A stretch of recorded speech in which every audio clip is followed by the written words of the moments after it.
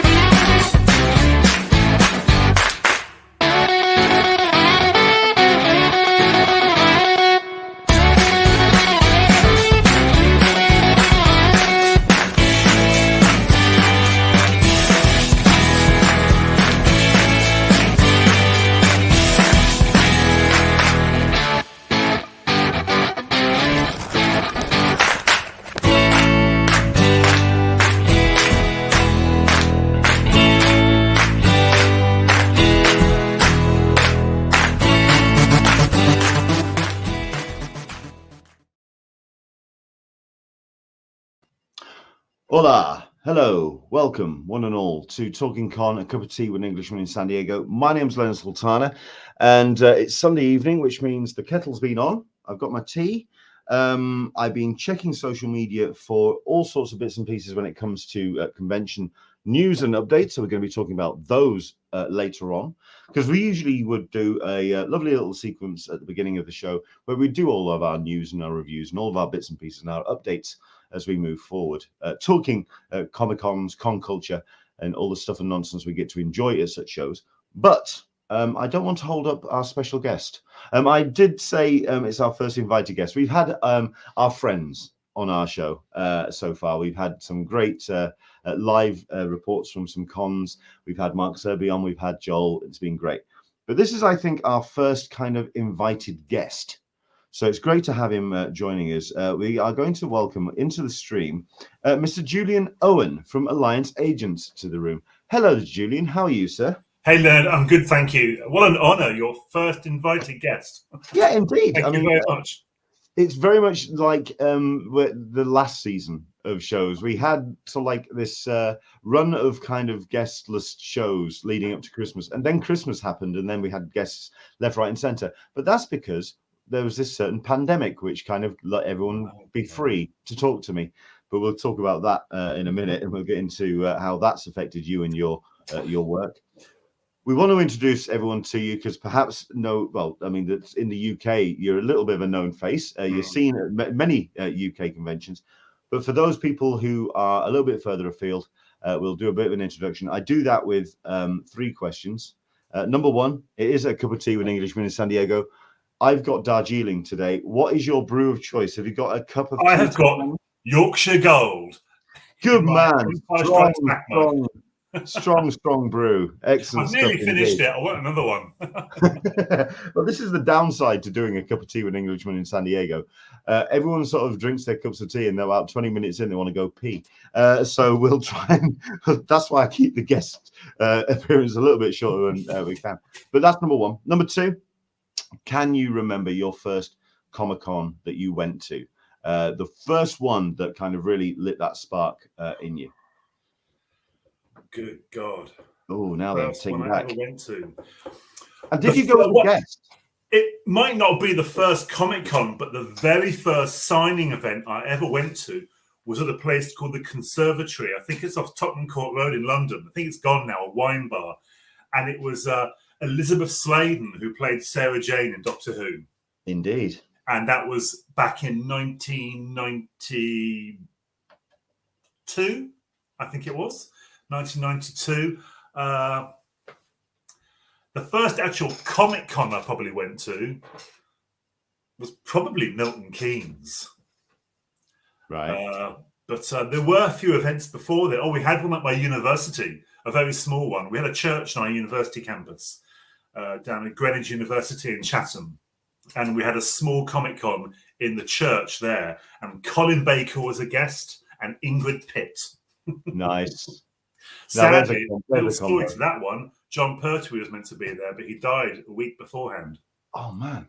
Okay. So Colin Baker was the replacement. Well, I mean, as replacements go, that ball of energy, which is Colin Baker, absolutely. And the other question I do ask before we get a little bit of a full profile of you is that moments that you meet your guests. I mean, this is actually an interesting question for yourself as a talent booker at a convention, because the question is, have you ever met somebody at a show which has made you kind of go weak at the knees, a little bit cotton-mouthed, and you literally just, your brain just decides to take a vacation somewhere? Yeah. That moment where you just lose the plot. Is there any kind of one? There's only one person that makes me feel that way, and I'm very happy to say it's someone I do not work with, which is great, and that's Tom Baker. Really? Because he was my doctor when I was a kid, and I've met him so many times, but I've never actually worked with him, and that's probably a good thing because I can have that divide between us. So when I do go up to his table to get something signed or to say hello, I can be a fan there, but I can't do that in front of my clients. Yeah, that makes sense. Fantastic stuff. Well, I mean, Julian Owen from Alliance Agents, if you can give a little bit of a profile about who you are and what you do within the Comic-Con industry, please. Well, my name is Julian, and I run Alliance Agents. We're a talent booking appearance agency. We book actors into Comic-Cons, conventions, book signings, that sort of thing. Been doing it now for over 10 years, but it's been a professional business for about 8 years. I work with a lovely lady called Leanne. She's my business partner. She's been on board for a couple of years now. And we are one of the companies that brings people into conventions. We look after our clients. We try and find the best shows for them, try and keep them working whenever they want the work, and generally manage their appearances. Excellent. Because, I mean, as many people who watch this show on a regular basis know, my focus is very much comic-centric conventions. I'm a comics fan, so I do kind of focus a little bit too much, perhaps, on the comics aspects of a show. But even I recognize that even when conventions in the States, here in the UK, when they started, they embraced from the very beginning pop culture, from films, television, and celebrity. And I think a lot of people, I mean, those people that gripe that there aren't, that the pop culture is taking the comics away from their Comic Con kind of thing, kind of it grinds my gears a little bit, because at the end of the day, that pop culture has always been there. It's been very much a strong aspect from the start. I think, I mean, we'll just dive straight in and just ask the question, what do you think is the biggest misconception when it comes to Comic-Cons and talent booking and getting that talent behind the table? What do you think is the biggest misconception? The biggest misconception, the one that I hear all the time, is that we're just there to make loads of money and we're there to fleece the fans, and that we set the prices, that we want to charge as much as possible, and we don't care about the fans, we don't care about the shows, which is completely back to front to how it really is. Our job can be very, very difficult. We have three sets of people to look after. We have our clients, which are our primary concern because we work for them. We have the convention organizers, and when we're working at a convention, we are working essentially for that convention company or for that promoter or that organizer. We have to do things the way they want to. But we also take into consideration the fans and the collectors and, you know, whatever you want to call them. They're also customers. They're the people who are buying things from our clients or from ourselves. And so we do have their interests at heart. I started off as a fan myself, so I understand both sides of the table, really. But it's not an easy job. It can be a very stressful job. We don't make an absolute fortune. If you could see where I worked throughout the day, you'd know I work in my kitchen. And we have been absolutely devastated by the last 2 years of COVID. Sure. We've had, I didn't work properly for nearly 2 years. I did a convention in Pensacola, Florida in the end of February 2020. And I did my next one, I want to say August or September of this year.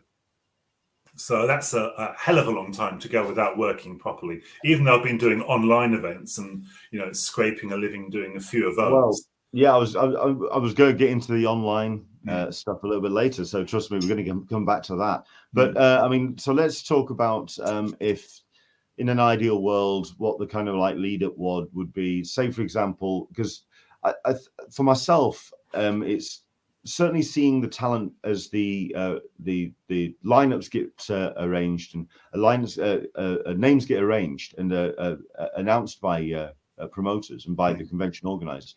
I'm wondering what the kind of timetable is for a convention for yourself, in terms of what's the lead up and what's that kind of that spinning of plates and herding of cats to kind of juggle the names in place. Well, it all depends on the show, because I have different relationships with different convention organizers. Some of them I talk to on a very regular basis. There's probably, I can think of 2 convention organizers that I probably talk to every day or maybe every other day. And so we're always on the phone or on Messenger discussing things that we might do and different projects that we might do. But if it's a show that I, you know, maybe do once a year or twice a year,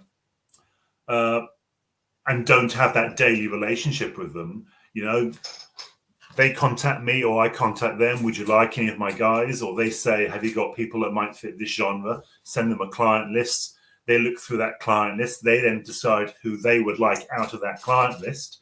I then tell them what their ballpark requirements are. So that might trim it down a bit. They might decide, okay, there's only maybe half a dozen of those we can go for. Then I have to go to the client and see if they're available on those dates, if they want to do that, if they want to travel. And then if they do, then we get contracts sorted out and we get it confirmed. But the actual time frame, it can be up to a year. I've had plenty of shows I've booked the talent in a year beforehand. It's normally at least 6 months. Maybe if it's a smaller UK show, we might do it, a couple of months beforehand.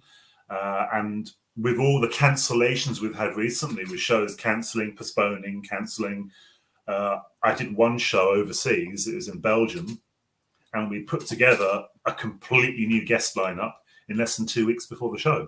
Wow. Because they had so many cancellations from the US, they needed more UK guests. And so that was quite frantic, trying to find people in such a short space of time to get them confirmed. But normally it's several months. I mean, I've got a list of, like, a short list for Wales Comic Con in April.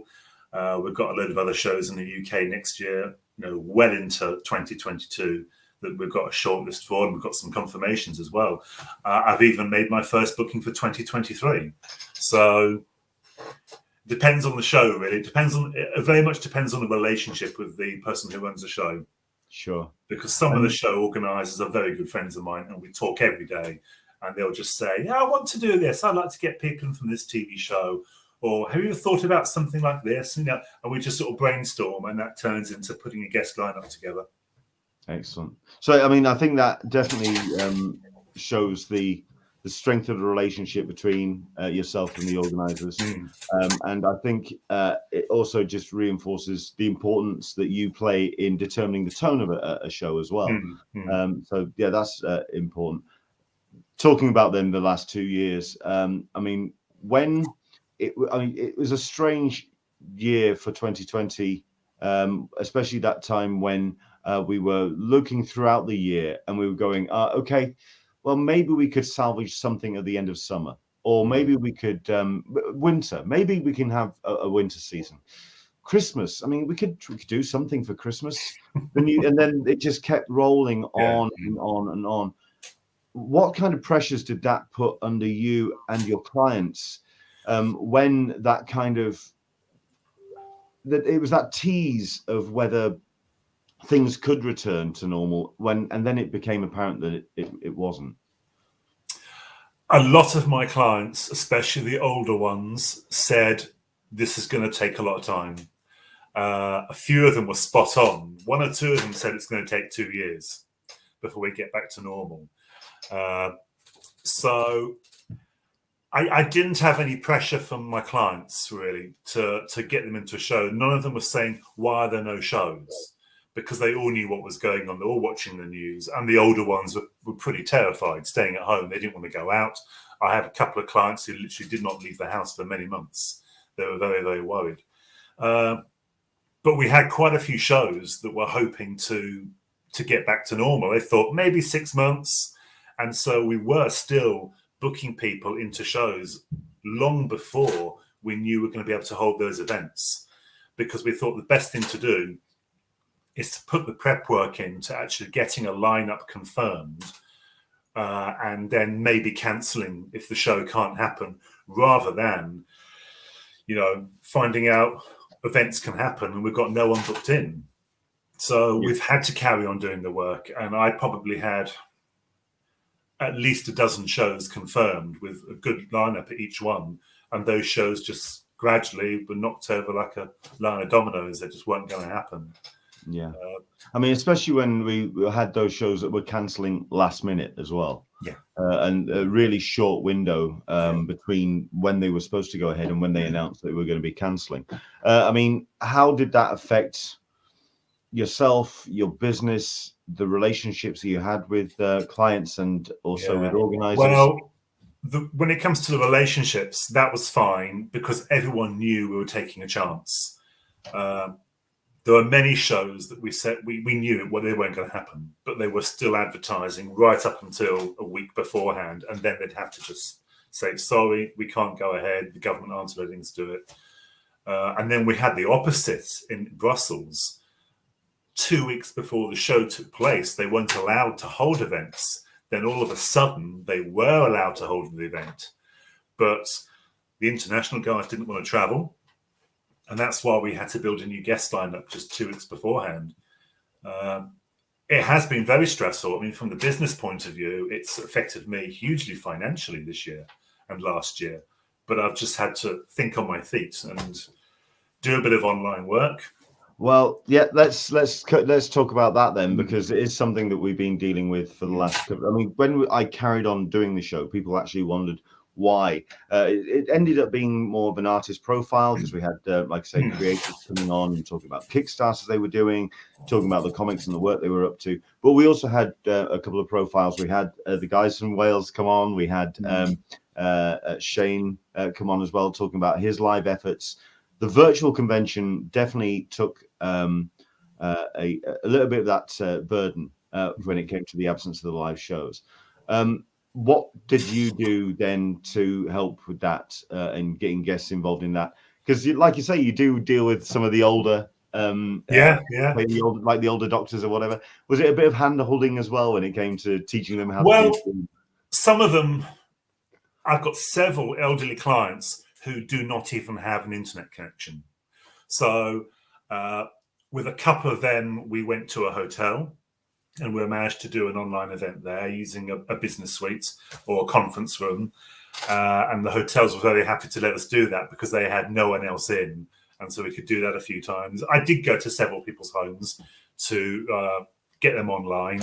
Am I allowed to plug a show? Am I allowed to name names? Of course. Because the real lifesaver over the last 18 months has been GalaxyCon. Right. They have, I don't know how, but they cornered the market with online events and they have really made it worth it. They advertise so well and they've gone for a lot of people who might not even fly off to the States. So it's kind of opened the market up a little bit for some of my older guys. And they're getting huge amounts of autograph orders and one-to-one chats online. And all of them, when they've done it, they've said, when's the next one? Because they've been able to sit at home, sit in their front room and sit in their kitchen for a couple of hours online, if that. And, for them, the rewards have been greater than going to a big London show. Well, I mean, that's the thing I was going to ask next, because when we did see the talent appearing at virtual conventions, there were a couple of shows, more than a couple, which seemed to have rather inflated prices for online appearances and one-on-ones. And it did seem a little bit like we need to get some money in because we're not doing a live show. We need to get some kind of recall. Who was determining those prices? Was it yourselves? Was it the talent? Was it the organizers? Where did that kind of money split come from? And when it came to the online events, most of them actually, the shows themselves, the people running the shows, put together a pricing structure for us to look at, because it's very different to going to a show and just making your own money at the table. A lot of effort goes into the online events. And I think the show organizers for the online events, they have so much more responsibility. They've got to put so much into it to actually get it going. They've got to do an awful lot of advertising. But they gave us some price lists and some, how they want to structure it, because there's got to be something in it for everybody. And we decided to go with it, and we knew the prices were higher than we'd normally charge. But we thought, let's see what happens. And it worked really, really well. And so far, most of the online events we've done have run like clockwork, and they've been very successful. I was very dubious about it. I thought, who's going to want to watch? Essentially, it's like a podcast. Who's going to want to do that and pay money to have a couple of minutes chat with someone online and pre-order an autograph, not even be there when the autograph is signed? And I thought, it's not going to work. I was completely wrong. Wow. It's worked really, really well. We've done some live signings as well, where people are signing online on video, so you can see them do that. And we've done a few other things, more sort of interviews as well online, which have gone down quite well. But I mean, it's nothing like going to a show. Well, okay. You see, you're preempting all the kind of lines of questions where I was going to go, because the next bit was going to be about that virtual element and how we are now returning back to IRL conventions. And for myself, it does seem like all the lessons that we could have learnt from the virtual cons, it's almost like the organizers have just gone, okay, we're back to business. It's like the last 2 years haven't taken place. We're just back to it. And they haven't learned the lessons from the virtual conventions. What do you think could be taken from the last 2 years moving forward for conventions? What do you think they could incorporate? The interesting thing is, GalaxyCon, which is a really good example, they're continuing with their online events throughout this year and next year because they've worked so well, and they've kind of created a new marketplace. Yeah. And so they're running those in conjunction with their online, with their real live events. Because it doesn't seem like, for example, ReadPop, I mean, Metaverse, they piled so much time and effort and branding and putting everything together into the Metaverse. And it's almost like that's now just gone, okay, no, we're back to the live shows. And it's just dropped. I know, I mean, you're talking GalaxyCon, I think Baltimore is still going to be, I mean, you talk about GalaxyCon cornering the market. For myself, it was Baltimore. Baltimore just did an amazing job of what they did with their live stuff. Like I say, it was more comic centric, so it might not have been something that was more on your radar. But just the way that they kind of organized their stuff, they kind of did it very much like with myself. They live streamed through StreamYards and they've organized it into rooms. They started out as very much just like a live stream, and then they just ballooned and really kind of learned from what they were doing. But like I say, it's only just been those handful of shows that have really kind of taken the lessons learnt and, like I say, explored new markets. Yeah. I think once you create something, I mean, GalaxyCon created this new baby and have nurtured it. And why throw it away? Keep it going because it really, really works. And, especially if they want to do signings with some of the older guys who don't want to travel anymore, they can still have that. And it just works so well. Yeah, now it's here. It's here to stay. Yeah. We talk about the international element, but you also mentioned that you do organise guests for international shows. In that regard, I mean, what shows are we talking about? How far afield? And what kind of air miles would you usually be putting on? I would normally fly at least 10 times a year somewhere. I mean, we do the US, we do Canada, Australia, New Zealand, all over Europe. Obviously, have not been back to the US in 2 years. If Boris doesn't close us down again and we're safe to travel, I'll be going back to the US 2 years after my last trip there. And it's unheard of to have such a long gap. But we do several in Belgium, lots in Germany, Spain, done Switzerland, quite a few in the United States. I mean, I've worked with GalaxyCon before they were even GalaxyCon, when they were SuperCon. There's a lovely show in Pensacola, Pensacon, which it's my favorite place to go to. I have a bit of a holiday there when I go. I will go wherever we're wanted, basically. And obviously there's all the work leading up to a show. I'm very curious. I mean, because I've seen you at shows, you're very gregarious. You've always got a smile on your face. You're always kind of bouncing from table to table, making sure that everyone's kept happy. And I ask this sometimes to the convention organizers as well. How much of the show do you get to enjoy? In other words, when does the herding of the cats kind of become self-managing, and when do you get the chance to kind of relax a little bit? Okay, well, I'll give you an example. Wales Comic Con, which was, 3 weeks ago now? Yeah. We had, I can't remember if it's 16 or 18 clients, and there's just myself and Leanne there. I didn't get to see any of the show at all. I normally go around the dealer areas because I collect as well. And, I buy stuff both for the business and for me. I didn't get to see a single trader's table. I had some artists there who I barely spent any time with because I was so busy. I had the wonderful Chris Achilles there, and very sadly, he passed away this week. Indeed. Yeah, we'll definitely. I was going to address that a little bit later. Chris Achilles. I deeply regret not being able to spend more time with him at the show. I got you to sit down with him for about, both, man. Yeah. I got to sit down with about 15 minutes on the Sunday and have a good old chat. But I think I only really sat down to have my lunch each day. Okay, let's take. Sorry. No, I was going to say let's take Wales Comic Con then as a subject example, because I was there as a panel host. I was there on the live lounge stage, just around the corner in the back room, or one of the back rooms, or one of the side rooms, and there definitely seemed to be.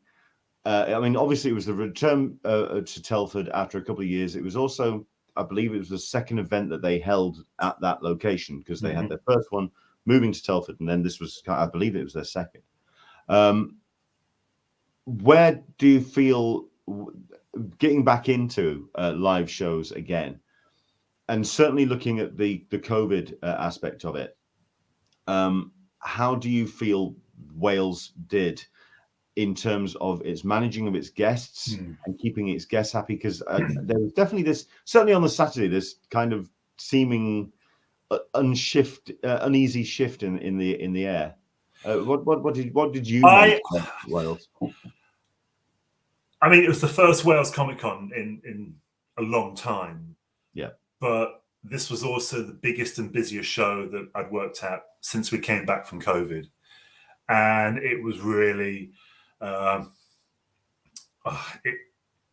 it wasn't just like getting back to normal. It was like, okay, we haven't been working for a while. We've done a bunch of smaller shows, and here we are now with the biggest show, with this monolith of event. Yeah, this huge event with so many clients, and I felt a little bit rusty, even though I got into the groove, so to speak. But do you think that's what it was? That on the Saturday it was just shaking off the cobwebs, and then yes, I mean, the Sunday also, I had one client there, and she had not gone anywhere since lockdown started. She hadn't worked. She hadn't gone further than her corner shop and just her little local area. And she and a few others were very nervous about coming. They all loved it. Once they're there, once they're around people, they were very, very happy. But I felt it as well when I did my first show after we opened up. It was only a little show up in Leeds, I think it was, with 2 clients. I was so nervous. I was sick to my stomach before I drove up there, because I hadn't even driven further than about 10 minutes throughout lockdown. I was nervous about driving, nervous about going to a hotel. But once you get back into it, it all suddenly comes back to you. But Wales Comic Con specifically, we had so many people there. We were rushing around for a whole weekend, trying to find our feet and looking after everybody. I don't particularly like being at a show with vast numbers of clients. I find when I've got maybe 6 clients there, that's like the perfect. You can be a little bit more hands-on. You can be a bit more. Yeah. I mean, I'm normally at a show by myself. I mean, Leanne and I share the shows because she lives up in Edinburgh and I live down here near Brighton.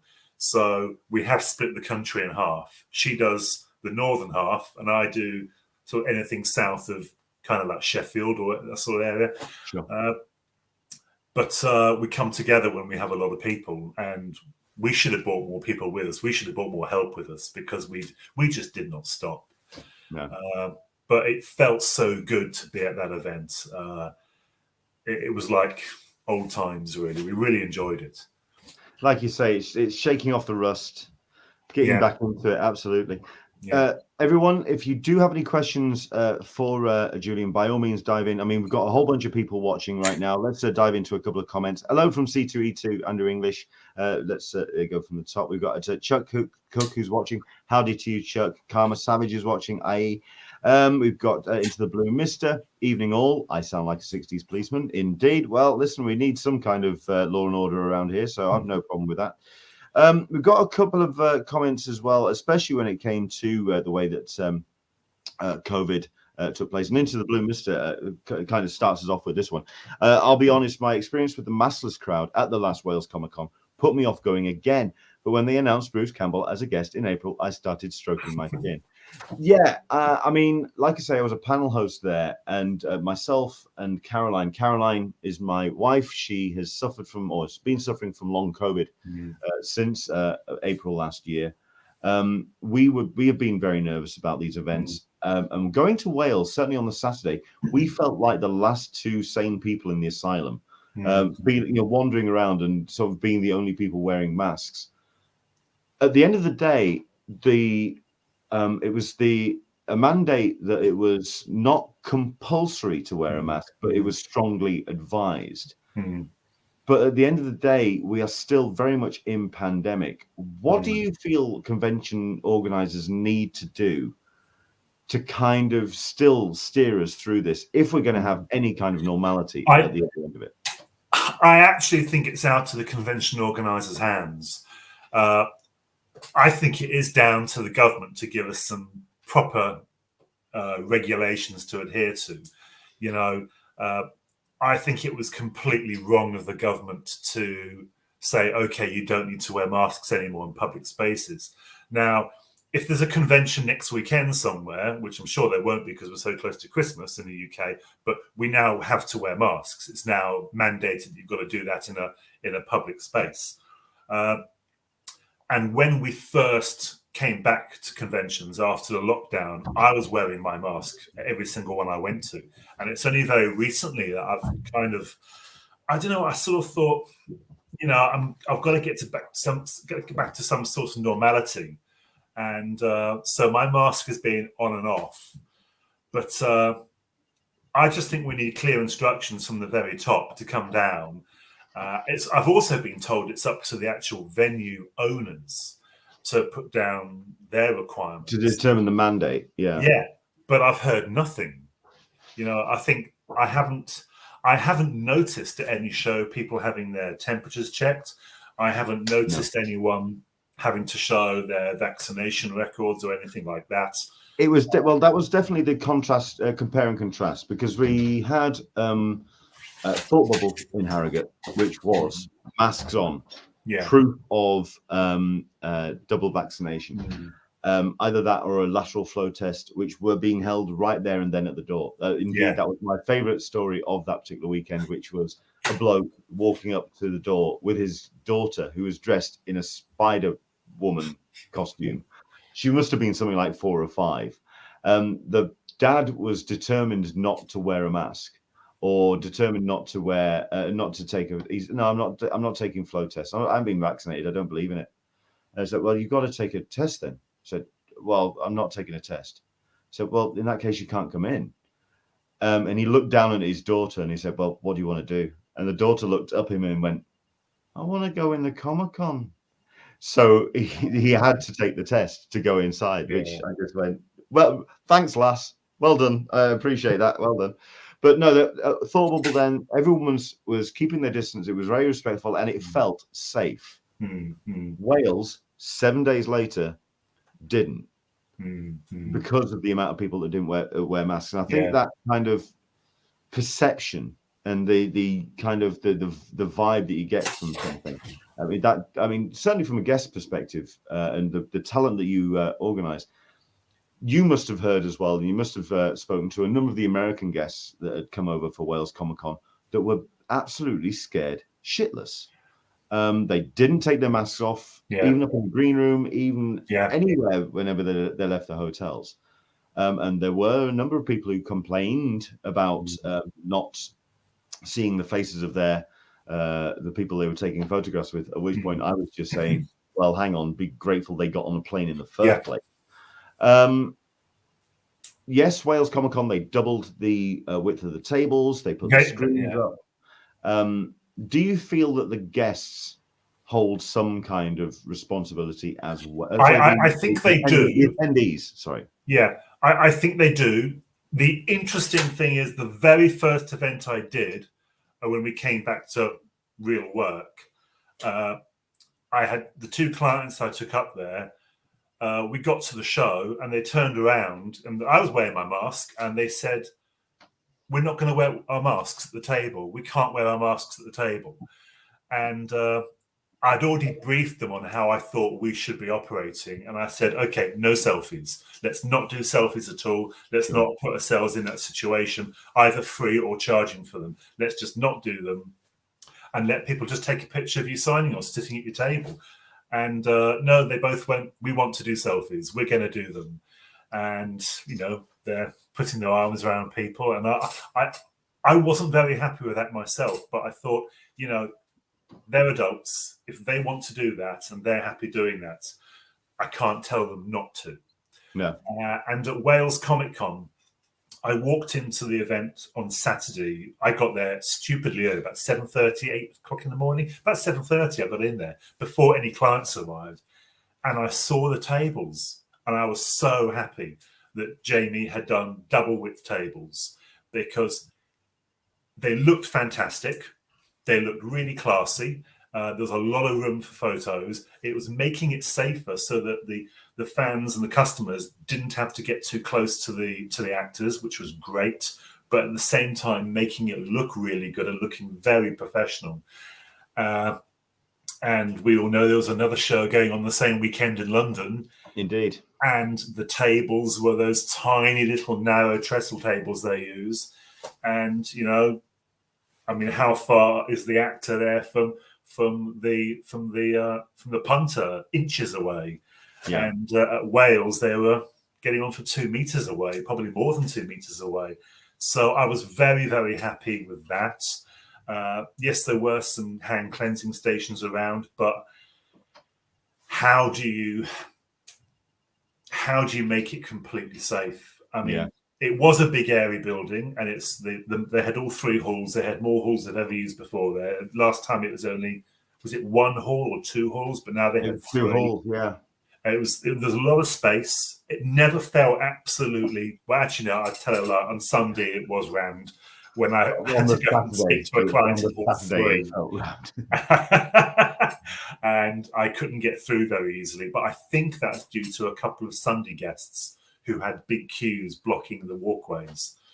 I mean, you know, the problem over masks has now been taken out of our hands because now you have to wear a mask.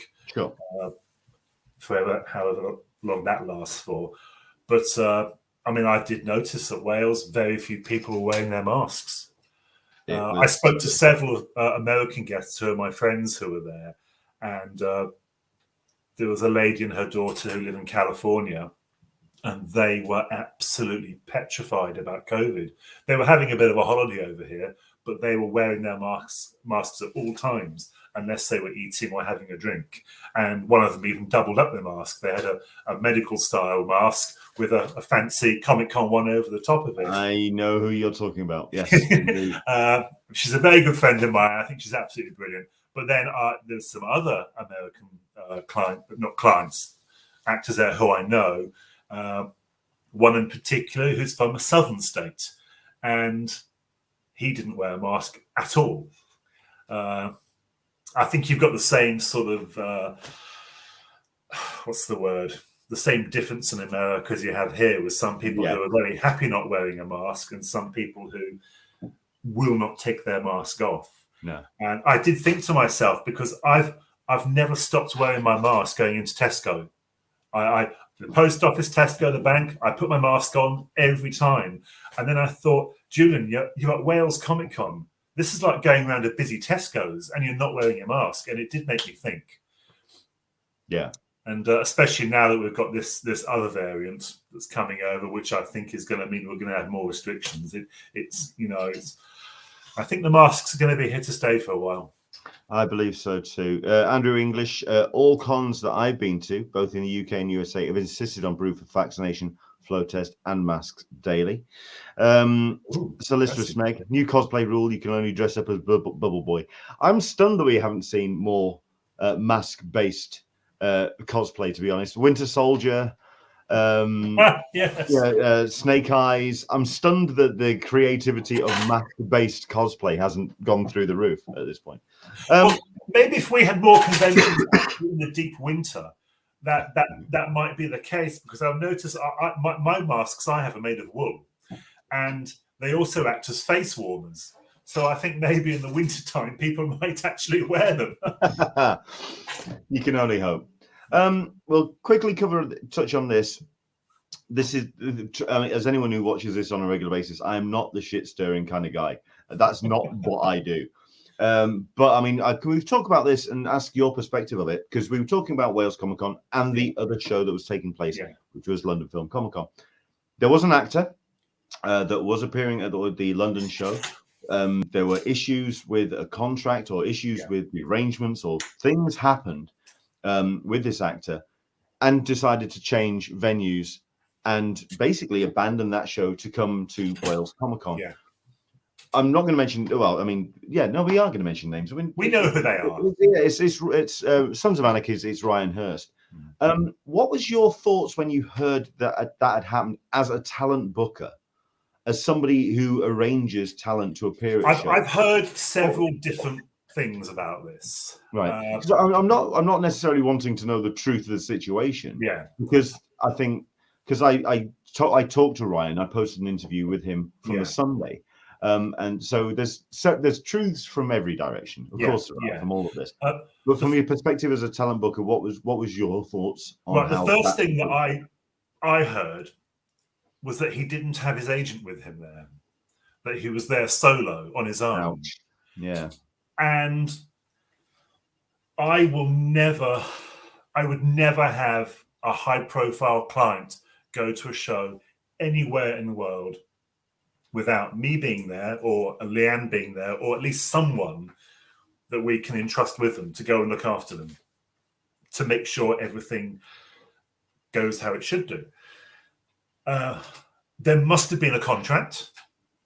So, I take contracts with me. I have them on my phone, on my computer, and I will go through to make sure that things are done properly, make sure they've got everything they're supposed to have. And very often those contracts do mention the pricing and what is being sold, what we're happy to sell, what we're not happy to do. So I'm amazed that he was there without someone looking after him to make sure everything was going according to plan.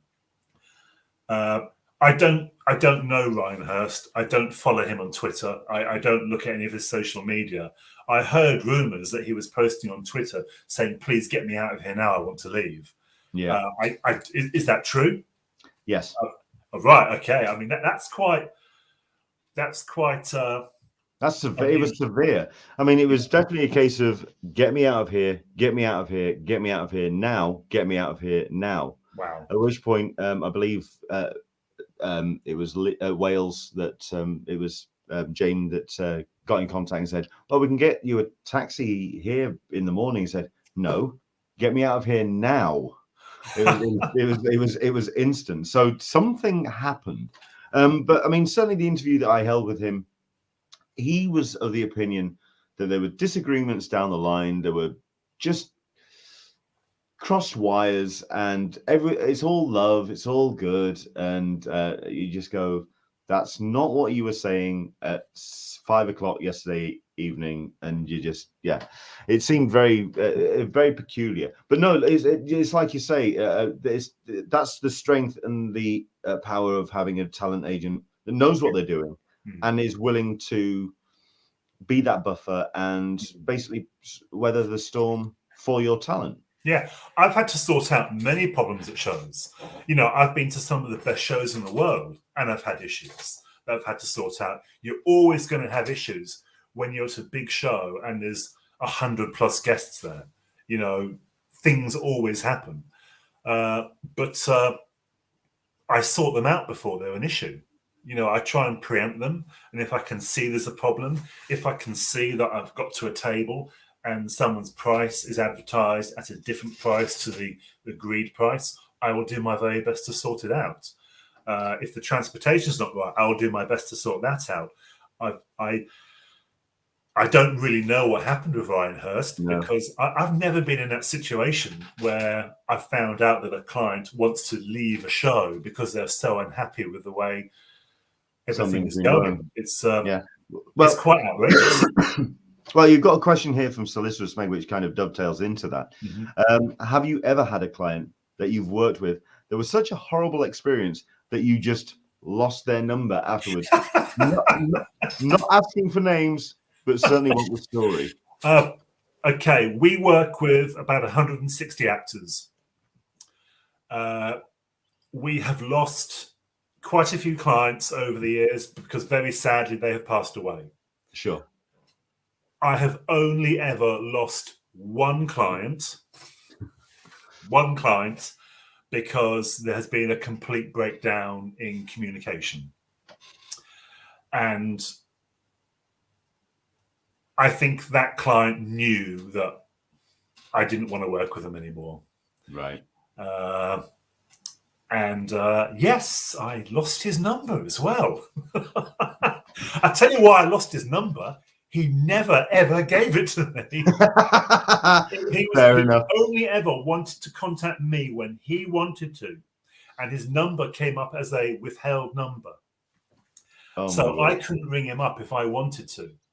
And there's another client that there was a breakdown in communication. And when it wasn't a breakdown in communication, it was just outrageous, but it wasn't the client that was the problem. It was the hanger-oners. Right. Very often you do get that. Sometimes a client might have a spouse. The word is entourage. We've seen the show. We know how it works. An entourage, which is more hard work than the actual client, and expects you to be not just an appearance agent, but a travel agent, a marriage counsellor, some sort of fixer who will get anything done for you that's got nothing to do with the convention appearance whatsoever. I've been in that situation a couple of times. But can you get me a llama at 3 o'clock in the morning? Yeah. Okay. Fair enough. Okay. I mean, I've had the URL up for the majority of our chat, and I've just looked at the time and realized I could carry on talking to you for ages because I've really enjoyed talking to you. It's been great to kind of peel away some of the onion of the organizing of a convention. But by all means, anybody, if you want to check out more of what Julian does, check out theallianceagents.com. Is there any talent that you would, which is your dream talent that you would love to get on the books? To kind of let's wrap things up with that. Sorry to just throw it at you, but go for it. Dude, that's a really, really difficult question because I've worked out long ago that to actually succeed in this, you've got to work with people from all different genres, and they might not be people that you necessarily admire yourself because you're providing a service and you've got to cater for lots of different markets. But who would I really like to book into a show? I'd love to work with Mark Hamill. He's someone who I'd love to bring to a show because he seems to be such a genuinely nice person. And he very kindly, when we were I sorted out Dave Prowse's estate for an auction, he very kindly was tweeting about that. And he always had very nice things to say about Dave. And he just seems to be one of those genuinely good people. And I think he and I would get on very well. I don't think it will ever happen, not in a million years, because he doesn't do many events. But I would have loved it if you'd have actually come up with a name which you just go, I'd like to work with this person because I've heard they're an absolute nightmare and I love a challenge. Well, it's funny you should say that because I have several clients that I work with now that I was told I would never get on with them They would never do shows. They have no interest in doing conventions. They don't want to be out in the public, and it will never happen. And 3 people in particular. And I work with all 3 of those now and have very good relationships with them. And 2 of them, I was told by another convention organizer I would never work with them. A very well-known convention organizer, but it all worked out. But no, also I think there's a few people who are now sadly deceased who I would love to have met and worked with. Christopher Lee, Peter Cushing, Vincent Price. They're 3 that I'd love to have worked with, but that obviously can't. I mean, as dream convention table lineups go, those 3 side by side, yeah, that would be, yeah, that would have been something very special to attend. Yeah, I totally agree with that.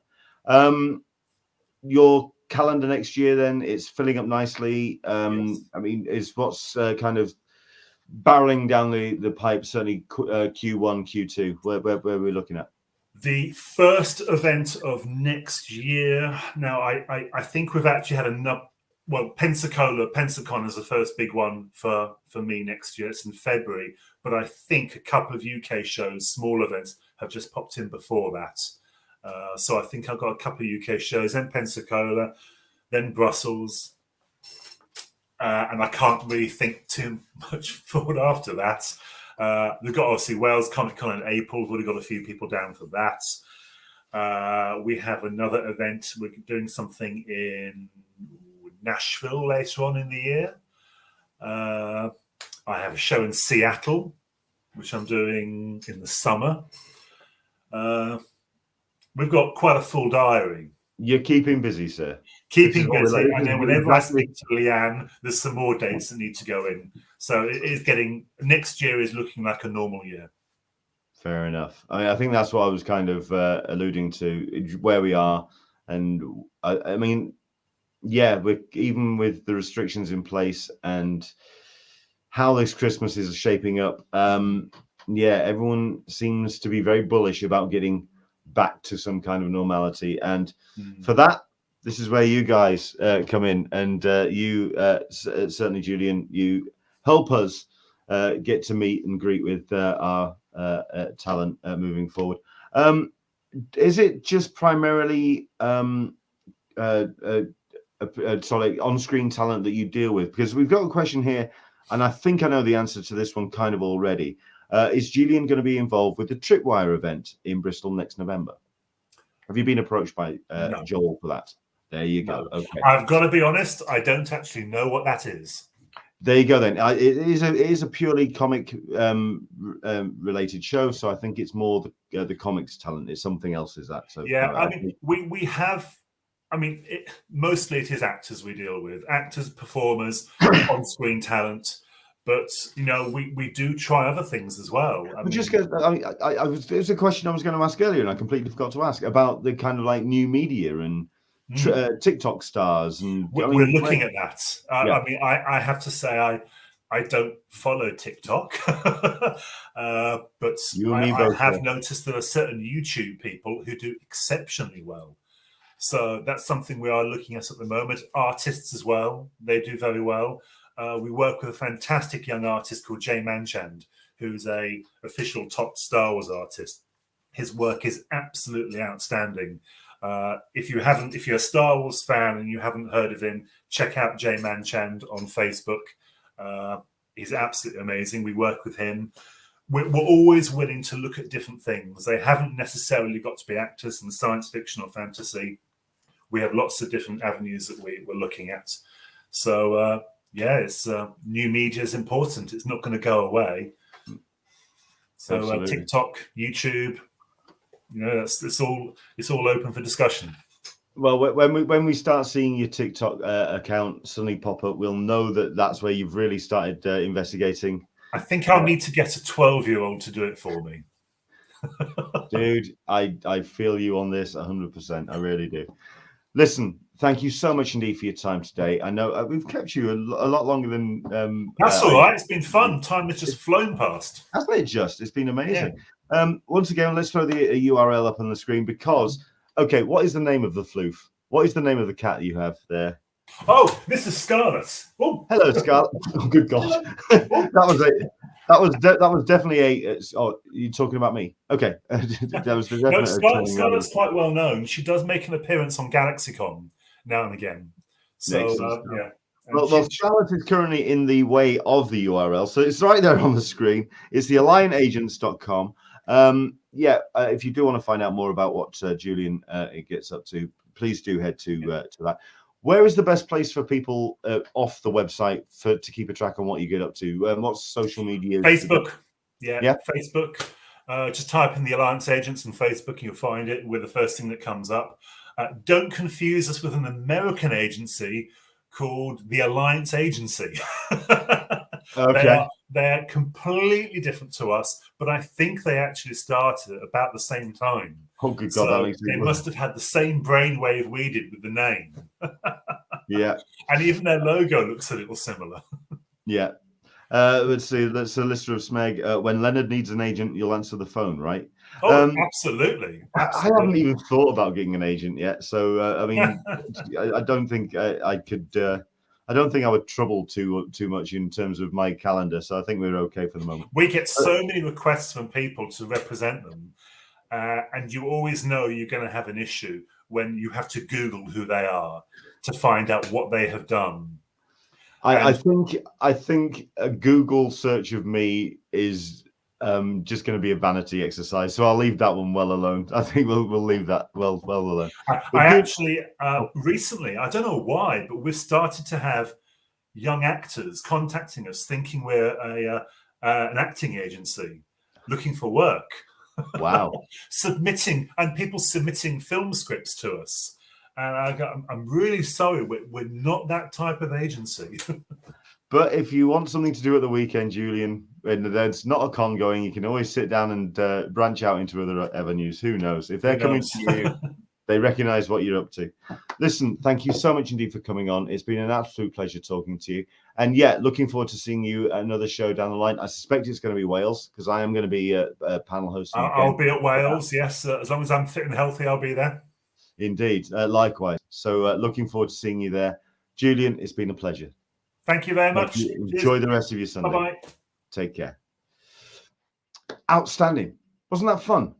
Like I say, it's pulling a little bit of the I sometimes we like to kind of do the whole peeking behind the curtain and seeing what the wizard's up to. But that was definitely what Julian provided for us with today's show. Excellent stuff indeed. Hope you enjoyed that. Let's see, we've got a couple of comments that have come in. What a nice guy he is. If you get to see him at a show, I should have asked him if there's anything that we could give him as a prezi. I mean, is he a chocky biscuit kind of guy? Who knows? We could. Oh no, he's shaking his head. Yes, chocky biscuits. So there you go. So excellent stuff indeed. Yeah, that was fun. We're going to try our best to get some more guests on, certainly at the back end. Sorry, the starting of the new year.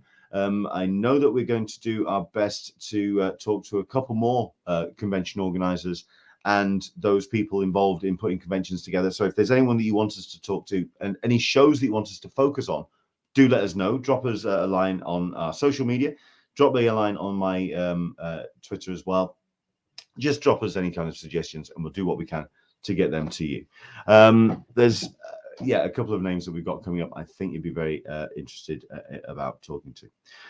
Right, so let's very quickly wrap up the show. Like I say, I was going to do a couple of things when it came to comic reviews. Certainly bits and pieces, some books that I've picked up today that I want to kind of highlight. Certainly this book, which is an incredible piece of work coming from Image Comics. What's the furthest place from here?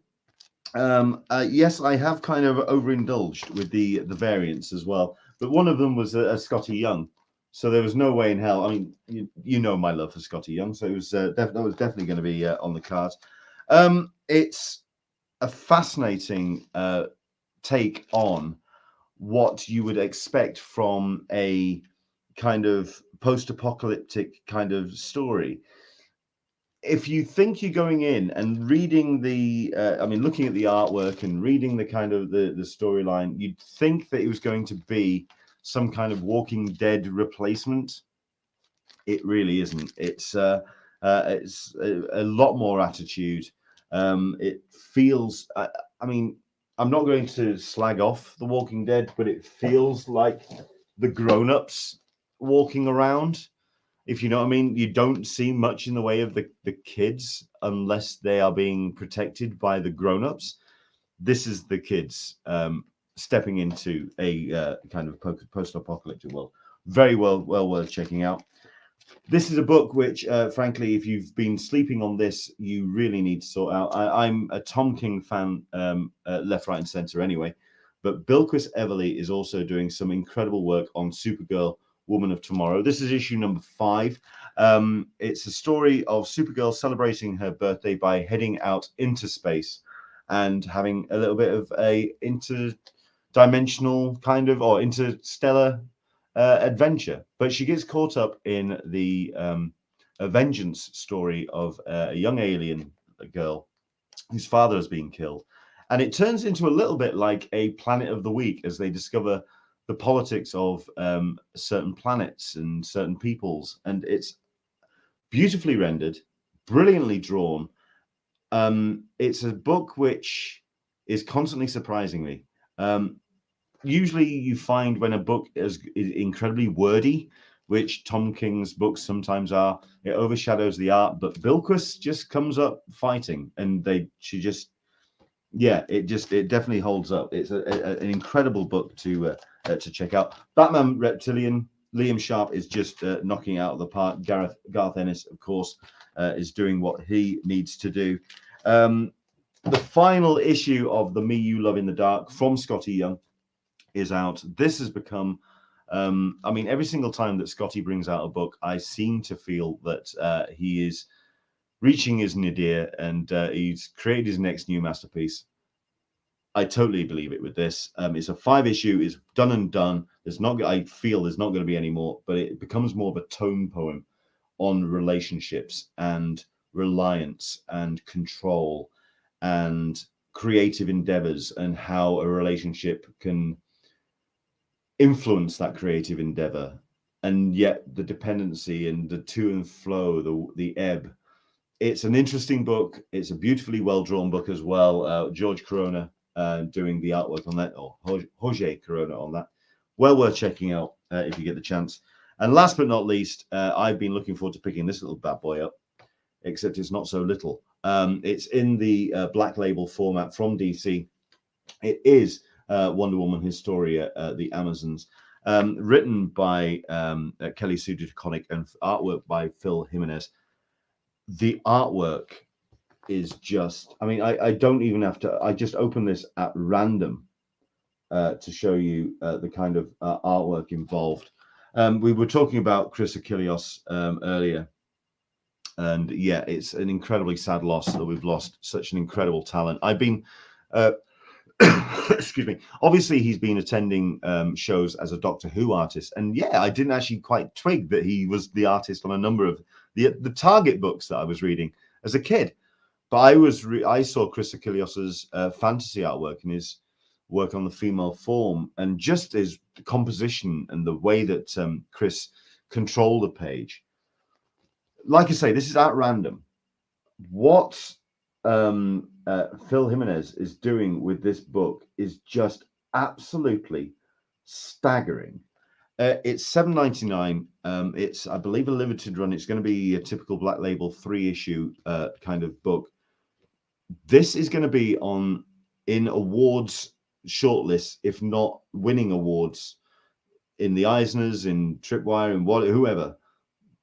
Do not sleep on this thing. This is something very impressive indeed. Coming also from Black Label as well, very shortly indeed. Yeah, Into the Blue Mist is mentioning it.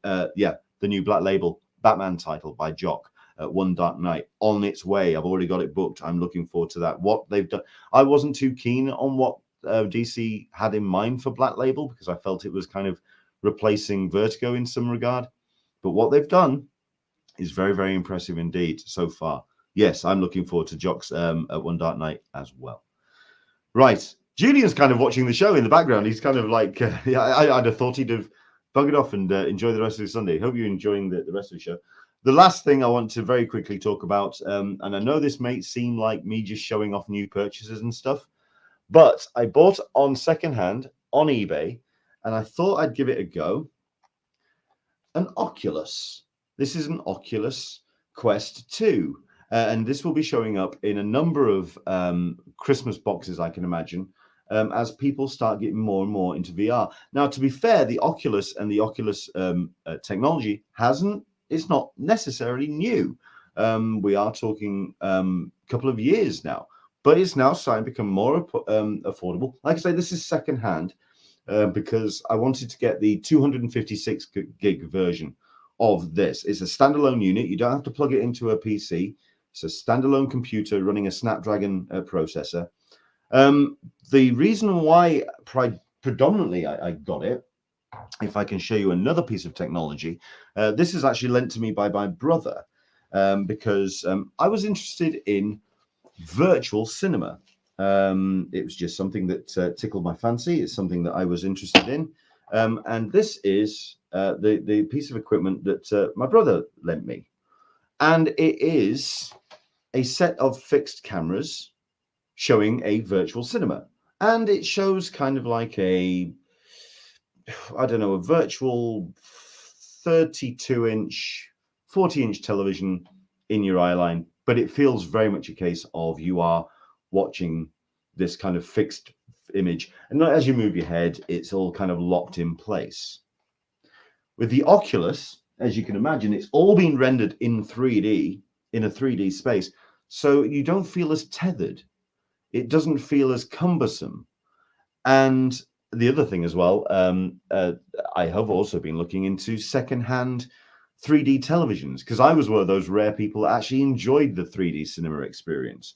And because the whole thing is being rendered in 3D in the virtual space, you're not wearing glasses, so it feels a little bit more immersive. The 3D is better.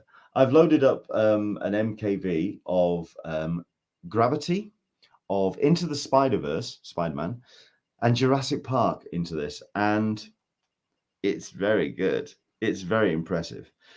The reason why, Leanne is quite right. It's Oculus is a Facebook company. Solicitor of Smeg, you mean Meta.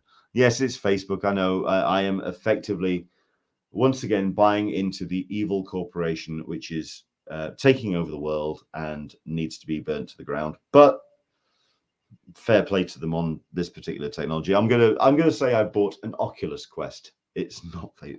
I get what you're saying though. Yes, Solicitor of Smeg, who's taking bets on how long it takes Leonard to seriously stub his toe with that Oculus. I did play Vader. I have bought the Vader Immortal first chapter, and I had to play with it yesterday. It's very, very good as well. Another thing is sense of scale and sense of depth. That's very impressive. But like I say, it's the virtual cinema that I was interested in. But the reason why I'm showing it off and why it's more relevant to this show, we were talking about virtual cons. And we were talking about a way that we can interact with talent, which necessarily may not want to travel internationally, may not even want to travel outside of their houses just yet, which kind of begs the question why we are not using more technology to make the experience more enjoyable.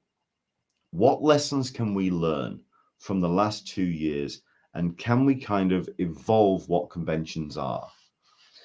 I saw at I believe it was 2016 convention, and Samsung, I want to say, handed out a bunch of the 360-degree ball cameras, which you could then attach to a Samsung or an Amazon, a Google phone or iPhone or whatever. You download the app and whatever.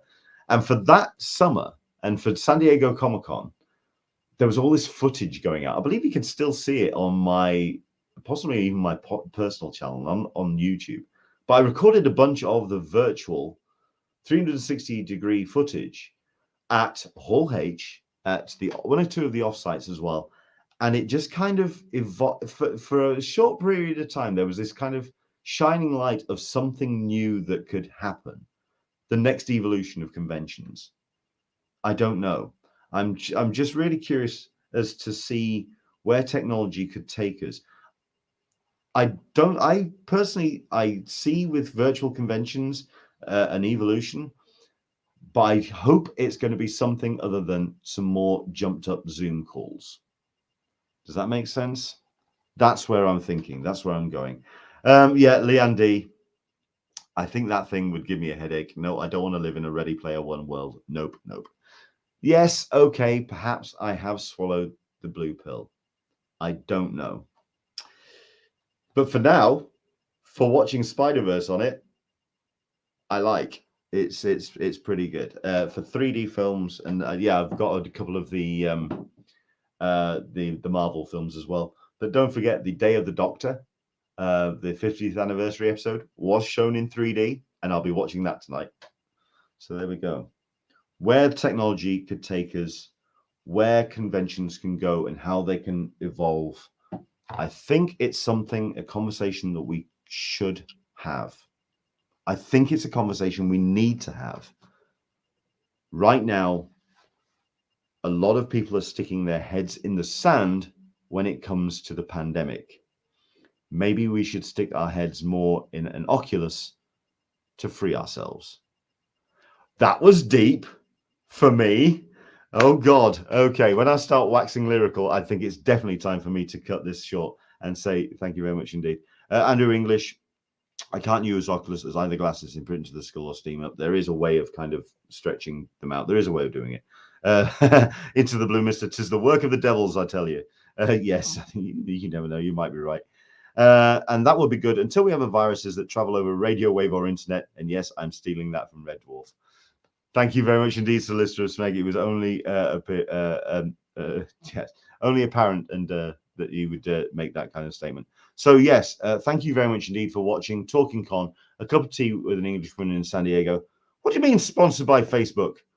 That's a terrible accusation to land at me. Sir, I take offense, and possibly, yeah, I have to resemble that remark. But there we go. Thank you very much indeed for watching. I hope you've enjoyed it. Once again, we are going to be having some guest announcements going up. We're also going to be confirming what our timetable is going through Christmas. I did actually say I think I'll probably be doing shows over the course of the Christmas and New Year period, New Year's Day, Christmas Day. But watch this space. We'll let you know what we've got planned. As always, thank you so much indeed for watching. Thanks for all your comments, all your questions. If there's any guests that you want us to get on the show moving forward, do let us know. And of course, please do like, subscribe, comment below. Don't just use the chat. Comment below. Let us know how the show's gone, how you've enjoyed it, how you've enjoyed our time with Julian. And of course, hopefully we'll see you at next week's show. Do join us as well on patreon.com/EnglishmanSDCC. Support us the best you can. It allows us to pay our writers. Do head to theconventioncollective.com for all our output. There you go. I think that's as many of the links as I can possibly send out. Take care. Enjoy the rest of your weekend. I really hope to see you next Sunday, 10 a.m. Pacific, 1 p.m. Eastern, 6 p.m. GMT for another Talking Con, a cup of tea with an Englishman in San Diego. For myself, Leonard Sultana, from Julian, take care. We'll see you soon. Bye-bye.